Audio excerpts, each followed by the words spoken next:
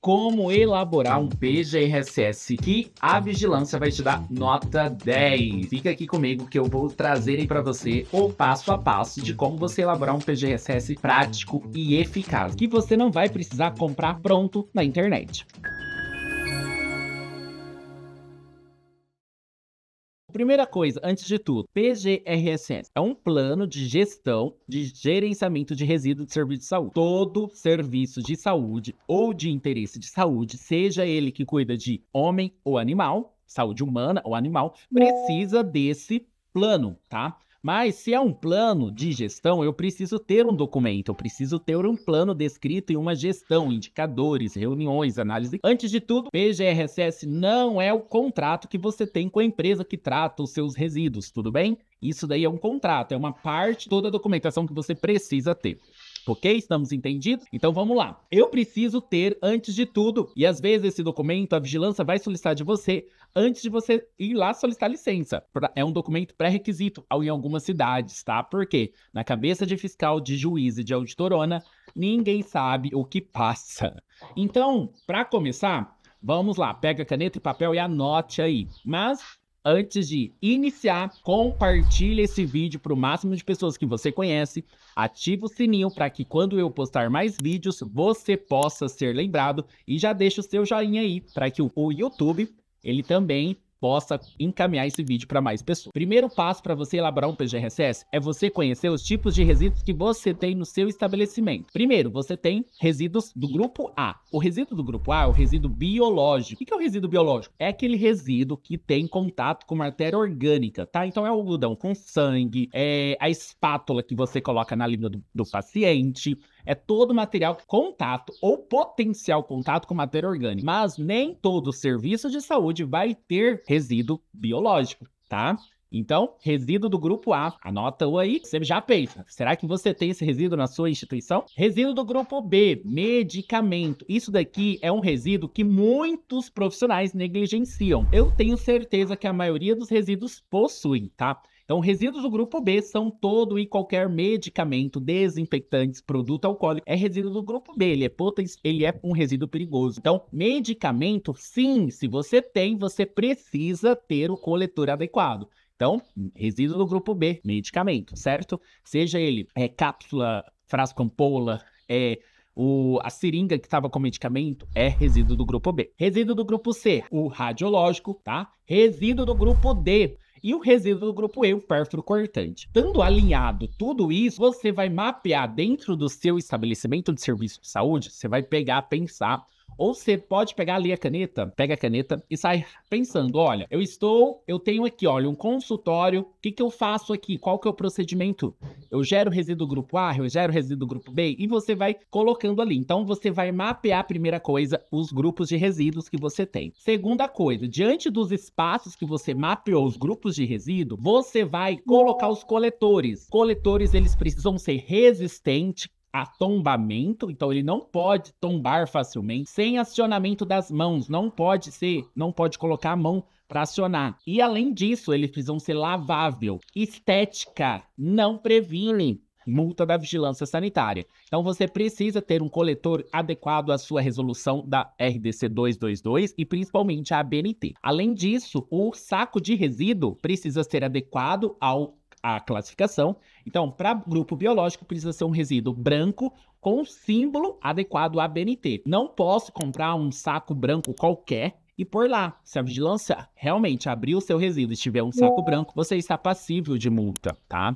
Então, falamos já da segregação, certo? Já falamos dos coletores, já falamos dos sacos dos coletores. Outro detalhe, biológico é cor branca, o coletor precisa ser branco, saco branco. Químico, cor laranja, então todo medicamento precisa ser laranja. Ah, Clinton, mas na minha clínica eu vou pôr laranja em todas as salas? Não, você vai pôr naquela sala que você tem mais uso de medicações, anestesia, ou se você não tem, você só tem, enfim, você avalia se você tem ou não, tá? E outro detalhe importante, pessoal, ou você vai avaliar se você tem muito resíduo químico líquido, que aí você tem que comprar um tipo de coletor, ou muito resíduo químico de frasco ampola, anestésico, que aí é aquela caixa igual o pérfuro cortante amarela, só que laranja. E aí vem caixa amarela, que é de pérfuro cortante, que é a mesma coisa da amarela. Mesma coisa não, é igual. A amarela, pérfuro cortante. Detalhe, a caixa amarela, a caixa laranja, vocês têm que acoplar na parede. Não pode pôr em cima de pia.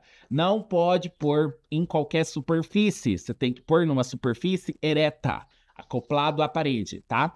Então, isso é muito importante. A legislação traz isso muito bem claro, né? NR32, isso é muito claro. Qual a altura? Numa altura que o menor colaborador do seu setor, do seu instituição consiga desprezar uma seringa, um pérfuro cortante, sem se perfurar, sem que ele consiga ver a boca, o orifício da sua caixa. Então, é importante que isso seja claro, tá bom? Outro detalhe importante, pessoal. Então, acoplado, locais dos coletores estão ok. Você já sabe o que precisa, tá? Tá, eu preciso, antes de eu recolher para desprezar lá fora, ter um local para armazenar internamente. É uma dúvida de muito. Eu preciso ter um armazenamento interno de resíduo? O que é o armazenamento interno de resíduo? É um local que eu vou deixar o resíduo quando eu recolho ao meio do dia, né? Vamos supor que eu recolho, não quero levar lá na rua, na casinha de fora. Posso deixar em que local? Ou você pode deixar no expurgo, ou você pode deixar na área de utilidades, ou você pode deixar no DML, ou você pode deixar numa área exclusiva para isso. O que você precisa? Não pode deixar no chão esse saco de resíduo. Então você tem que deixar sempre dentro de algum coletor, com tampa, com rodinha, e esses coletores precisam ser lavados e higienizados, tá? Então, principalmente, o fluxo desse resíduo você precisa fazer com segurança. Sempre no PGRSS você tem que pensar da seguinte forma: eu tenho que garantir a segurança do paciente, do ambiente e principalmente do profissional. Então, se você fizer o procedimento sempre pensando nessas três vertentes, paciente, profissional, ambiente, você consegue sim cumprir a legislação. A legislação ela é muito ampla. A Anvisa faz legislações no Brasil para atender do sul ao norte e ao nordeste. Então, ela precisa ser ampla e cabe a você fazer essa análise crítica ou contratar um consultor para que faça essa análise crítica, que pessoa que tenha conhecimento para que faça essa análise crítica, com as condições que você tenha para que você não tenha uma multa na sua instituição, tá?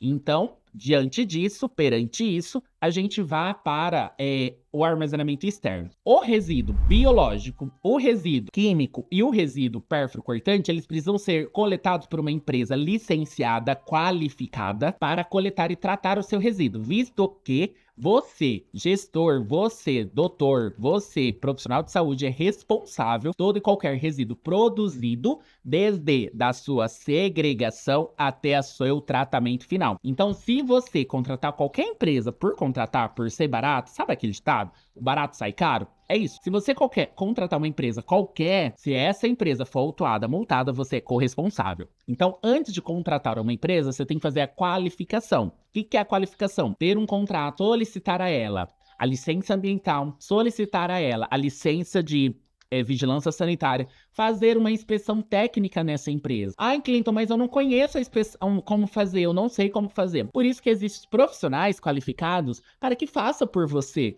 Mas isso vai te beneficiar, onde que você vai ter conhecimento, onde que você não vai ter prejuízo e muito menos ser multado, tá? Isso, pessoal, é pensar na sustentabilidade, é pensar na reputação da sua empresa. Estão fazendo sentido para vocês? Então, não adianta eu cuidar de pessoas se eu não cuidar do meio ambiente, se eu não saber o mínimo para onde o resíduo está indo, tá? E ter um PGRSS não é só ter um contrato com uma empresa que trata resíduo, é eu ter um programa, realmente, é eu cuidar, eu saber o que eu estou fazendo. E para mim armazenar o resíduo lá fora, finalizando esse ciclo, né? Eu preciso ter um armazenamento externo, que é um abrigo de resíduo de alvenaria, que seja lavável por dentro, que seja coberto com chave, porta chaveada, que tenha um ponto de luz, um ponto de água e que principalmente tenha uma rotina de limpeza. Tudo bem? Finalizando. Montei o meu PGRSS, tudo que eu disse aqui, você vai descrever essa rotina no seu plano. Mas é um plano. Qual que é o objetivo de um plano PGRSS? O objetivo de um plano, já coloca aqui nos comentários, qual que é o objetivo do seu plano da sua instituição? Reduzir o resíduo perigoso. Então, que você tenha mais resíduos biológicos, que você tenha mais resíduo perfuro cortante. Então, para isso, você tem que ter a quantidade de resíduos que você está pagando. Por isso que você paga por resíduo para tratar, porque você precisa saber. Então, quando você entrega o resíduo para uma empresa, ele te dá um documento onde que está lá, 300 gramas, 2 quilos. Isso você vai pondo num gráfico para ele gerar um indicador. Por isso que é gestão de resíduos, entendeu? Gestão de resíduos. Então, pessoal, é importante vocês irem colocando isso. Com base nisso, você vai ver se está subindo o gráfico ou se está descendo. Porque se não está descendo, está subindo, você vai fazer treinamentos. Por isso que tem todos aqueles treinamentos da RDC 222 que você precisa cumprir. Se você não cumprir, você vai pagar multa por isso. Então, você tem que ter um plano educacional. Com base nesses indicadores, você vai rodar esse ciclo todos os anos. Viu como é fácil? Então, gente, a partir de hoje eu tenho certeza que vocês não vão mais comprar PGRSS pronto. E esteja preparado aí para a vigilância não atuar em vocês, tá? Mais dúvidas, pessoal? Coloque aqui nos comentários e compartilhe esse vídeo para que mais pessoas saibam dessas informações. E não paga por aí R$300 para comprar um PGRSS que fica pronto em 24 horas. A vigilância vai te multar mesmo assim, tá bom? Me segue no Instagram, @ClintonFábio Consultor.